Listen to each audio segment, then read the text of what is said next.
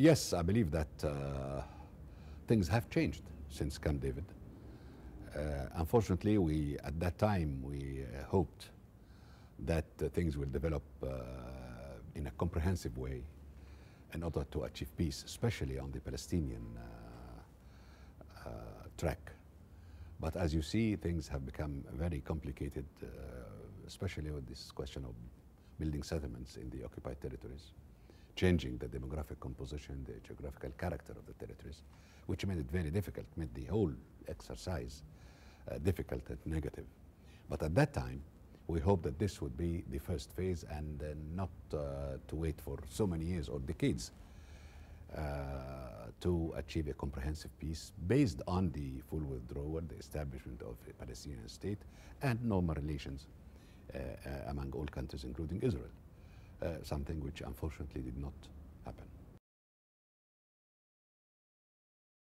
Well, this is, as I told you, the peace is there, and between Egypt and Israel, a quiet peace, but after all, it is a peace relations between the two countries. It has produced that much, definitely.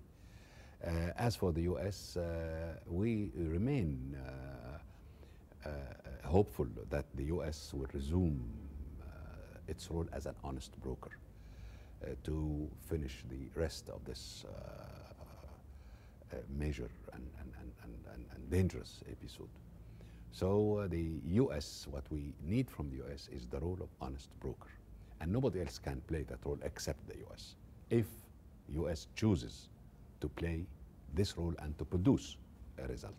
Without an honest brokership, the role will always be doubtful, effectiveness perhaps nil, and the results, as you see, a protracted, tense process and relations within the Middle East. The role of other Arab countries have been coordinated by the League of Arab States and within the League of Arab States.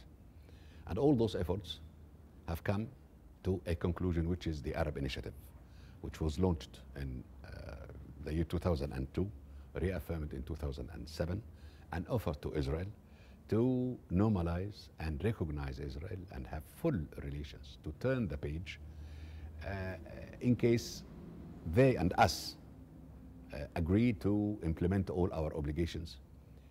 They withdraw, we agree, enter into a peace agreement with them, full comprehensive peace agreement with them, a Palestinian state be established, Israel be considered as a part and member of the Middle Eastern Society of Nations. It is a very generous and concrete proposal. Until this moment, we have received no answer. 6 years without Israel dealing with that initiative, accepting or sending a counter-offer. Nothing of that kind. Total silence. The answer was building settlements in the occupied territories, encircling Jerusalem, and the rest of the story you know. Over 600 barriers in the West Bank, making the life miserable to all Palestinians under occupation in the West Bank, and the siege around Gaza. So in fact, in concrete terms, I would tell you that things have deteriorated on the peace process plane rather than ameliorated or moved on towards our goal, which is a fair peace. Egypt is, as you know, the largest Arab country in this region, and one of the major countries in the Mediterranean, population-wise reaching 80 million citizens. So the needs are really very acute for progress and economic, better economic performance. So the reform, the economic reform, is a must, and it started, and it is producing results. Still, we are in the beginning of the road. We can say that this has reached a stage where everybody in the country can feel it. But I believe from that point of view, Egypt is on the right track. So is Saudi Arabia, Gulf, the Gulf countries, and so on. In fact, all the Arab countries have embarked on a process of reform. And this process of reform is a comprehensive one. We started it, we launched it in the Arab Summit in Tunis in 2004. We not spoke about, but we produced a document that should work as a guideline to be implemented concerning democracy, transparency, respect for human rights, rights of women, economic and social development, and the rest. It's a basic document. And I believe, and perhaps you would agree with me, that today, as you see the Middle East, with all the mess and difficulties and security threats and so on, is far different than the Middle East 5 years ago or 10 years ago. A lot of steps have been taken towards the reform. You can see the opposition parties all over, and you can see demonstrations, you can see the opinion and counter opinion, you can see that. You can tell me that that's not enough. I agree with you, it's not enough, but this is a step towards a fully democratic system. Because democracy is not an event that you can say, okay, tomorrow, starting tomorrow. It is a process. When you see the private sector flourishing, the civil society active, the opinion, you are free to a degree, or to a large degree, or to a certain degree, to express your views. This means that we moved on, and it is not the same as 10 years ago or 5 years ago. And this is the beginning. I won't say that this is fantastic and it's perfect. No, not at all. And I am among those who believe that we are moving slowly. We have to have a quicker pace on reform. It is an interesting kind of relations. All of us feel that the U.S. is a friendly power, has its culture, its way of life, its economy, etc. That's a source of admiration. But we basically differ on the way the American diplomacy dealt with the problems of the Middle East, in particular the Palestinian question, and the taking sides, moving away from an honest brokership into supporting one side against the other. So that's why we hope that the next administration would really move towards re-establishing, rebuilding the position that would command the support of the Arab world and Islamic world, that is to play the honest broker in the Arab-Israeli conflict.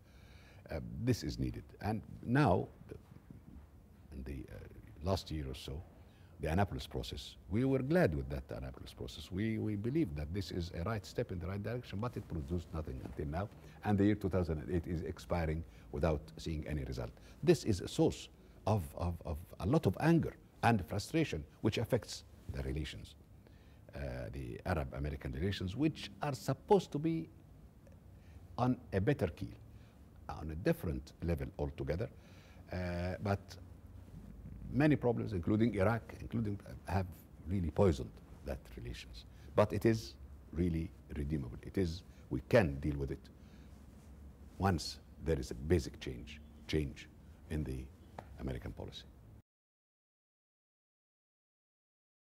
First of all, the question of settlements. The United States should not keep silent, or advise in a friendly way, and that's it. If the Israelis say no, okay, that's it. No, the U.S. as a superpower, as honest broker, as a power to reckon with, has not only to voice her opinion, but to say this has to stop. If this stops, I believe the door will be open for more positive steps on all sides. That would help the U.S., and the U.S. would help us and help herself.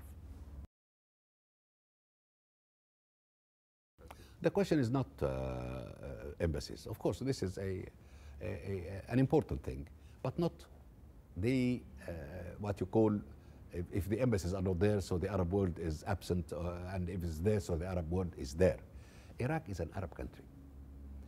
This is the basic thing that has to be accepted. Iraq is an Arab country, belongs to this society of nations, and a major power to that, if we come to that, a major Arab power. What we need in Iraq is to get back to normal and to resume its role as a power in the Middle East, and a rich country, and a country full of experts and good citizens and highly educated. But they were paralyzed for the last 5 years because of the rifts that have been introduced into the Iraqi society, between cultures, between races, between sects. It was a mess that nobody wanted to see Iraq in such a position. But now we see that Iraq is moving in the right direction. They are trying, together with the United States, to reach an agreement on the withdrawal of the forces, and to have an agreement on their relations. We are following that, and we'll see. Unfortunately, I cannot really talk about the details of that agreement, for either for lack of information or for the fact that it is up to the Iraqis and the Americans to negotiate. And we will, of course, voice our opinion at a stage where when things settle down between both of them, supporting, of course, the Iraqi desire to preserve the sovereignty of Iraq and to move on to build a new Iraq.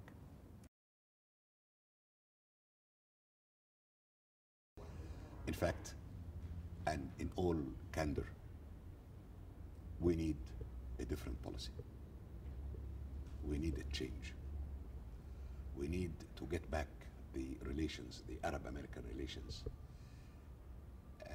on a different plane, which was the positive, the interactive, the full of admiration, and we need that. What happened in the last few years, we hope that it would be an exception.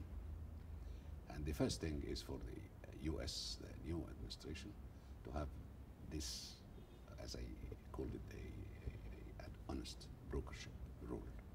This is, there are many other things that are needed, but knowing that the first item on the agenda of the new president would be to deal with the financial crisis and to deal with other very urgent problems, I hope that the administration, the new administration, would realize that the Palestinian question and the Arab-Israeli conflict is indeed the most important and basic issue that has to be tackled. Otherwise, all other problems will continue to have this tension and doubts because of our belief and our position, all of us, about the Palestinian question, and the fact that it has been ignored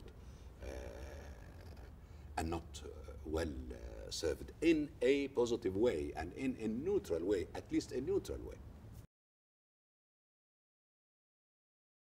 I don't think we should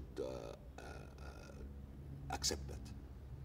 This has become the usual practice, that by the end of the term a paper comes out saying nice things, reasonable things. Had they been mentioned 6 months earlier or 1 year earlier, it could have formed a good basis for an agreement. So a paper at the end will not impress us. Will not impress us.